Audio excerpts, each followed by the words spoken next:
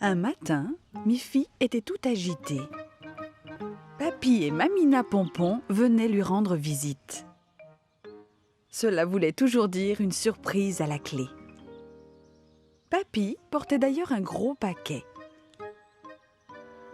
Maman et papa Pompon souhaitèrent la bienvenue aux grands-parents de Miffy. Bonjour Mamina, bonjour Papy. Je suis très contente de vous voir. Nous sommes aussi très heureux de te voir, dit Mamina Pompon. Nous t'avons apporté quelque chose qui devrait te faire plaisir, Miffy, dit Papy. Je l'ai fait moi-même dans mon atelier, tout spécialement pour toi. C'est vrai? Qu'est-ce que c'est? Demanda Miffy. Je suis impatiente de voir ce que c'est. Miffy ouvrit délicatement le joli paquet. C'était une magnifique, rutilante trottinette en bois. Qu'est-ce qu'elle est belle, dit Miffy. Il y a même un petit panier sur le guidon. Je vais pouvoir transporter mon nounours dans ce panier. Merci beaucoup, c'est un merveilleux cadeau, Papy. Miffy voulait essayer sa trottinette sans attendre. Allons jusqu'au parc, comme ça tu peux l'essayer, Miffy, dit papa Pompon. Je vais te suivre. Miffy fila sur sa trottinette, son nounours bien installé dans le panier. Papa Pompon avait toutes les peines du monde à la suivre. J'espère que tu apprécies ta promenade, dit Miffy. La peluche semblait approuver. Oh oui!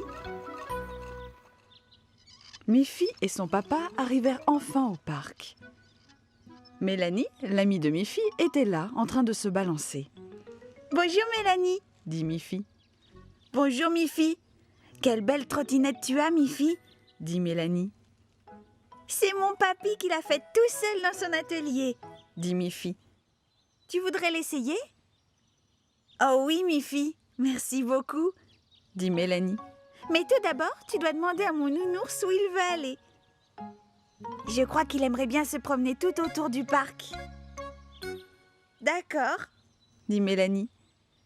Je lui fais faire un grand tour dans le parc et je te le ramène sain et sauf. Tu verras. Miffy regarda partir Mélanie avec sa trottinette. Elle était déjà impatiente de la voir revenir. Elle adorait sa trottinette.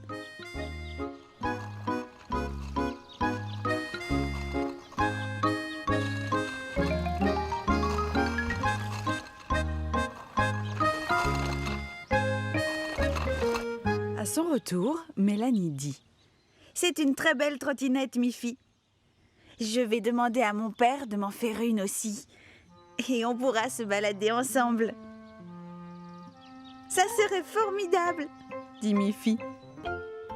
Miffy s'en donna à cœur joie avec sa trottinette en rentrant à la maison pour prendre le thé. Papy Pompon, lui, était ravi que sa trottinette ait autant de succès.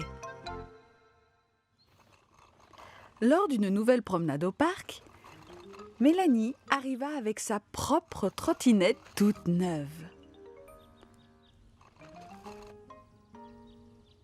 Et son nounours apprécia aussi la promenade. Miffy et Mélanie, sans oublier leur peluche, passèrent un merveilleux après-midi.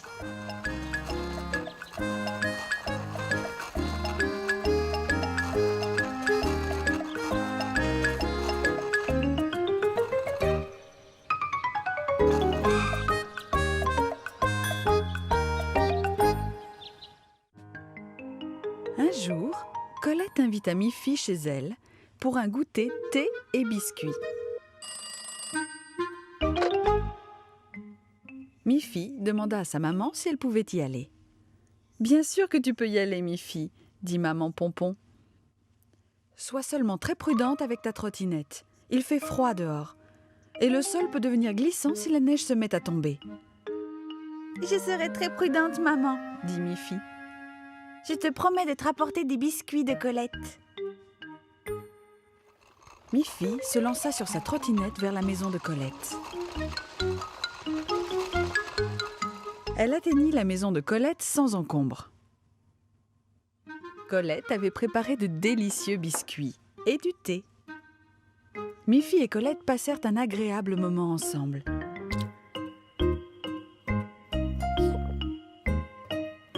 Mais Miffy n'avait pas vu le temps passer. Soudain, le téléphone sonna. Allô? C'est ta maman, Miffy, Dit Colette. Elle dit qu'il est temps de rentrer parce qu'il va sûrement neiger. Elle a raison, Dit Miffy. j'ai passé un très bon moment avec toi, Colette. Mais il faut que je rentre maintenant. Miffy mit son manteau et son écharpe. Elle était prête à prendre congé de Colette, quand elle se souvint de la promesse faite à sa maman. Je peux rapporter quelques-uns de tes bons biscuits à ma maman? Demanda Miffy. Avec plaisir.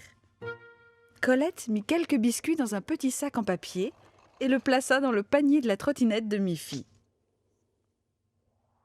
Sois très prudente sur ta trottinette, Miffy. À peine était-elle partie qu'il commença à neiger. Elle avançait le plus prudemment qu'elle pouvait. En quelques minutes, il y avait tellement de neige que ça devenait vraiment glissant. Et quand elle se lança du haut de la colline, boum! Miffy n'était pas blessée, mais elle décida de marcher à côté de sa trottinette jusqu'à la maison.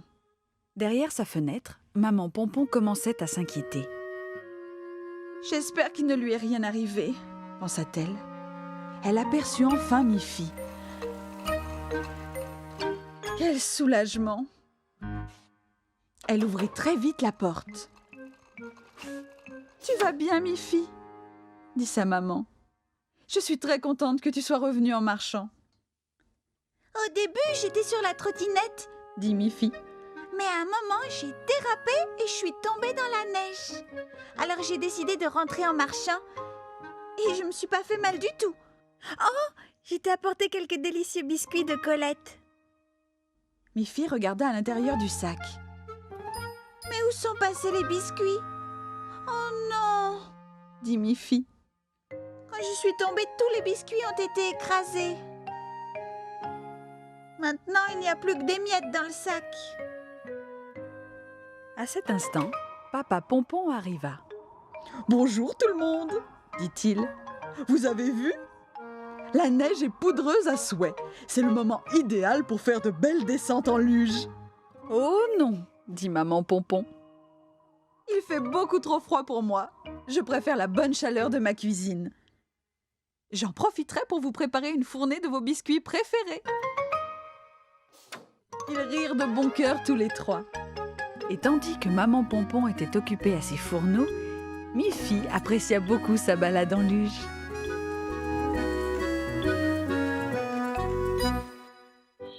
C'était un très beau jour d'été, et Miffy demanda à ses parents si son amie Grogny pouvait passer la nuit chez elle.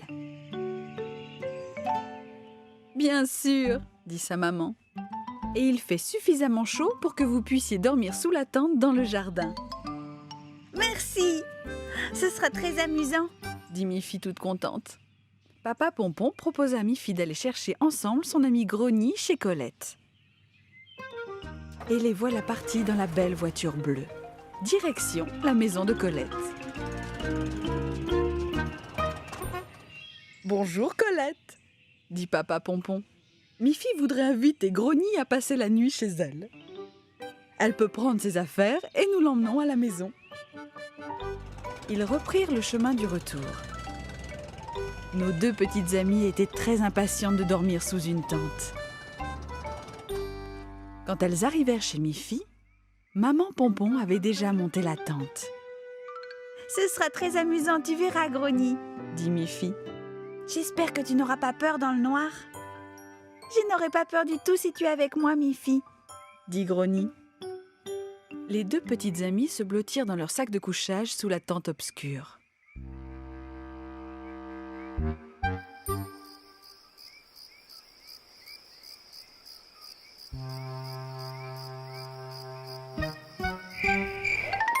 Qu'est-ce que c'est que ce bruit? Chuchota Grogny. J'ai très peur. Ce sont les grillons, murmura Mi-Fi. Ils chantent toujours la nuit. Tu ne dois pas avoir peur des grillons.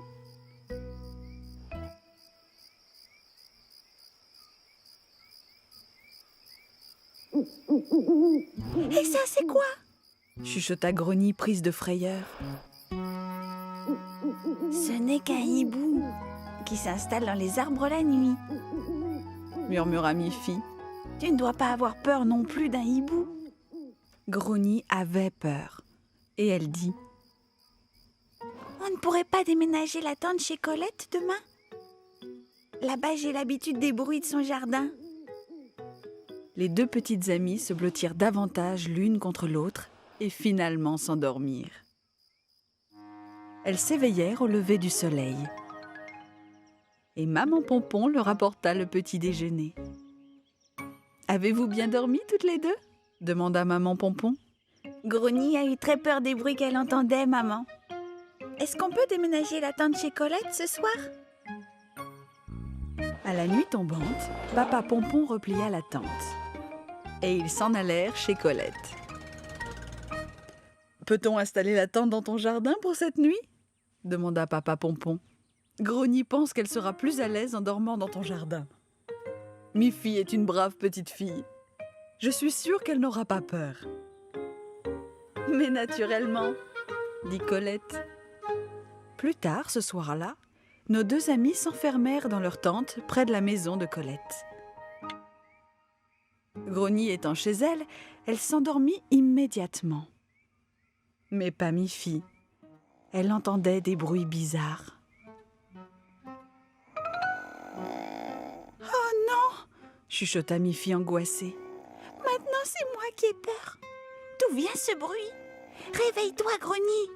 Il y a un bruit étrange que j'ai jamais entendu auparavant. »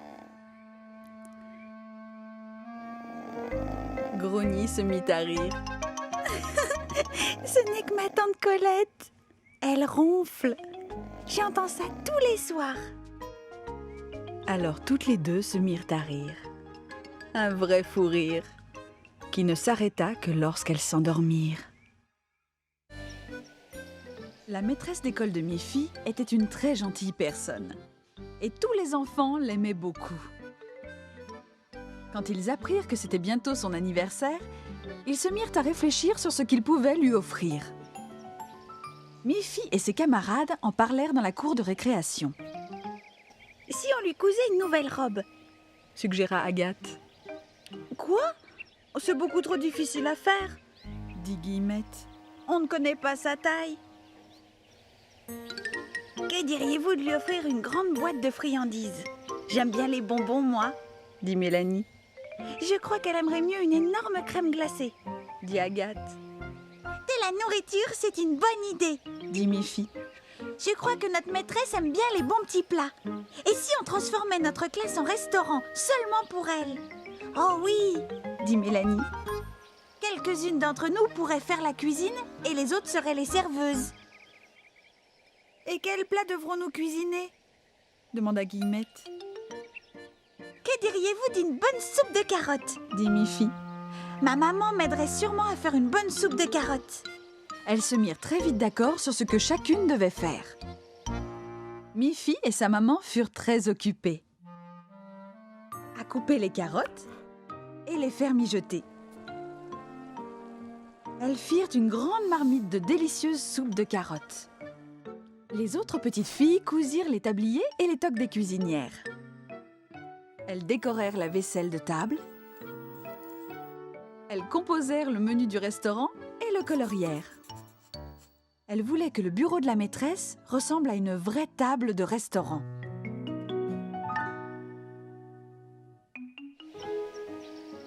Quand le jour anniversaire de la maîtresse arriva, toutes les fillettes chuchotaient et gloussaient gaiement.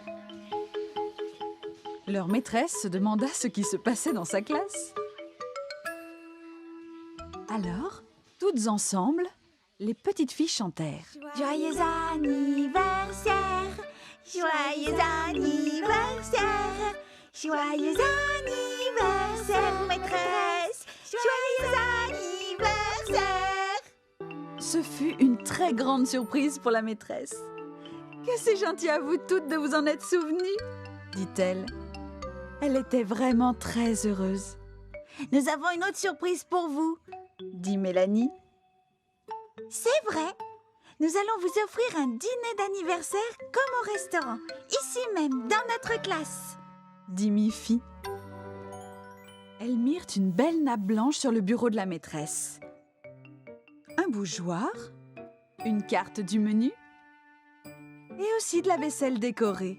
Un verre à eau, un couteau, une fourchette et une cuillère. Merci beaucoup les enfants, dit la maîtresse. Voilà un restaurant vraiment très original. Et j'apprécie beaucoup votre idée. Elle regarda avec tendresse toutes ses élèves.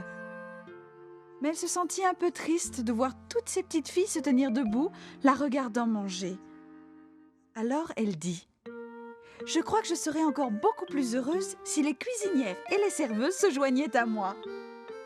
En réunissant vos pupitres, nous pourrions tous nous asseoir à la même table. Et je suis sûre qu'il y aura assez de cette bonne soupe aux carottes pour tout le monde. » La maîtresse alla chercher des bols et des cuillères à la cantine de l'école. Et toutes ensemble partagèrent un succulent repas. Chacune put déguster son bol de soupe aux carottes. Ce fut le plus grandiose anniversaire qui se soit passé dans leur classe.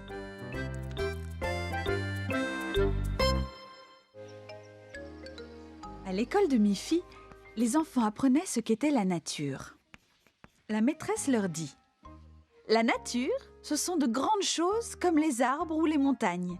Ça peut aussi être de petites choses que vous pouvez trouver partout, même dans votre jardin.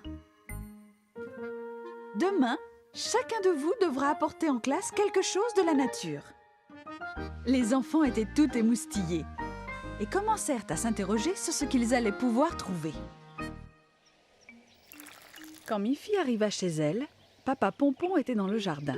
« Papa, dit-elle, notre maîtresse veut qu'on apporte demain en classe quelque chose de la nature.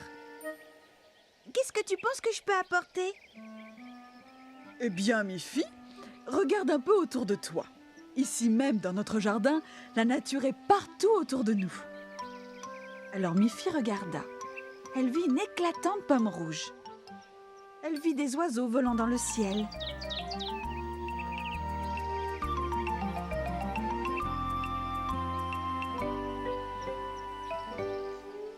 Elle vit un petit ver de terre rampant hors du sol. Elle vit aussi de très jolies pierres. Et aussi, bien sûr, beaucoup de fleurs un peu partout. Elle ne savait pas ce qu'elle devait choisir. Son papa lui dit : « Demain matin, tu pourrais prendre une de ces belles pommes rouges. Après l'avoir montrée à toute la classe, tu pourras la manger au déjeuner. » Mi-Fi pensa que c'était une très bonne idée. Le lendemain matin, elle alla dans le jardin. Et au moment où elle allait cueillir une pomme, un magnifique papillon se posa sur son bras. « J'ai trouvé !» chuchota Mi-Fi. « C'est ce merveilleux papillon que je vais rapporter en classe. » Elle marcha doucement et lentement en direction de l'école, faisant très attention à ne pas effrayer le papillon.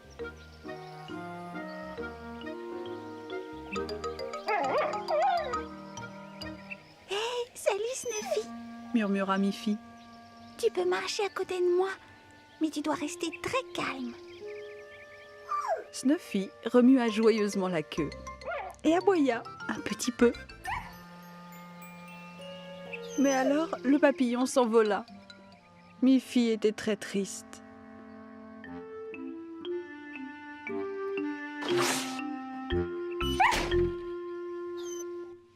Toutes ses camarades de classe avaient apporté des choses intéressantes. Mélanie avait trouvé un nid d'oiseau vide. Guillemette apporta quelques feuilles de toutes les couleurs. Agathe avait une magnifique pierre. Chacune avait apporté un élément de la nature. Mais Mi-Fi, elle, n'avait rien du tout. C'est alors que Snuffy, qui attendait dehors, aboya joyeusement. Ce qui donna une idée à Mi-Fi. Elle leva la main. Excusez-moi, maîtresse. dit-elle. Moi aussi, j'ai apporté quelque chose, mais je ne suis pas sûre qu'elle puisse entrer ici. Elle dit la maîtresse.